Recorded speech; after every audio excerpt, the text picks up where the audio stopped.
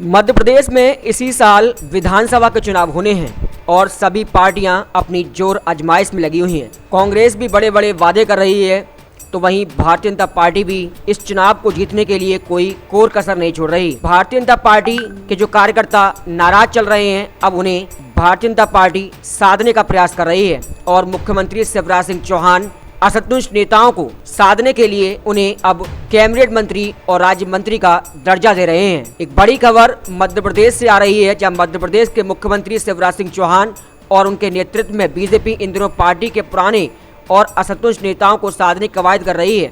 कुछ दिन पहले ही बड़े पैमाने पर निगम मंडल के अध्यक्षों की कैबिनेट और राज्य मंत्री का दर्जा दिया गया था और अब फिर से बीते दिनों 4 नए निगम मंडल के अध्यक्षों को कैबिनेट मंत्री का दर्जा शिवराज सिंह चौहान की सरकार ने दिया है। इससे पहले राज्य सरकार ने निगम मंडल, बोर्ड, आयोग और प्राधिकरण के 8 अध्यक्षों को कैबिनेट मंत्री का दर्जा दिया था, तो वहीं 4 उपाध्यक्षों को राज्य मंत्री का दर्जा दिया गया था।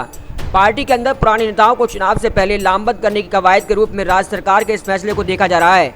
बीजेपी नहीं चाहती कि पुराने कार्यकर्ताओं नेताओं किसी भी तरह से नाराजगी पार्टी से रहे, क्योंकि अगर पार्टी से इन पुराने कार्यकर्ताओं की नाराजगी रहती है तो कहीं ना कहीं बीजेपी को एक बड़ा खामियाजा मध्य प्रदेश के अंदर भुगतना पड़ेगा।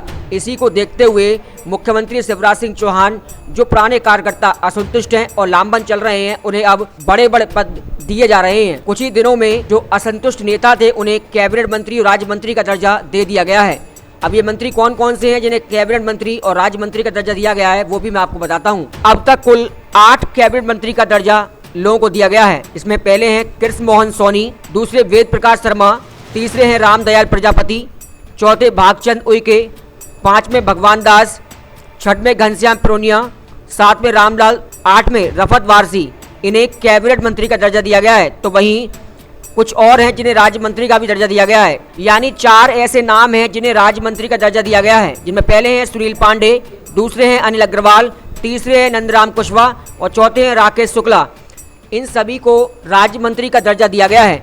अब भारतीय जनता पार्टी में जो नेता, जो कार्यकर्ता असंतुष्ट चल रहे थे, अब उन्हें साधने का प्रयास किया जा रहा है, क्योंकि 2023 में चुनाव बहुत नज़दीक है और अगर ये नेता असंतुष्ट और नाराज रहते हैं तो कहीं ना कहीं बीजेपी को एक बड़ा खामियाजा भुगतना पड़ सकता है। ऐसे ही असंतुष्ट नेताओं को बीजेपी अब साधने का प्रयास कर रही है और 2023 में भारतीय जनता पार्टी एक बार फिर कहीं ना कहीं बीजेपी की सरकार बनते हुए देखना चाहती है। लेकिन ये तो निर्भर करेगा कि विधानसभा में किस तरीके से लोग किन्हें वोट देते हैं और ताज भी किन के सिर पहनाते हैं, ये देखने वाली बात होगी। लेकिन जिस तरीके से कैबिनेट मंत्री और राज्य मंत्री का दर्जा दिया जा रहा है, तो कहीं ना कहीं बीजेपी ये बड़ा दाव यहाँ पर विधानसभा चुनाव में खेलती हुई दिखाई दे रही है।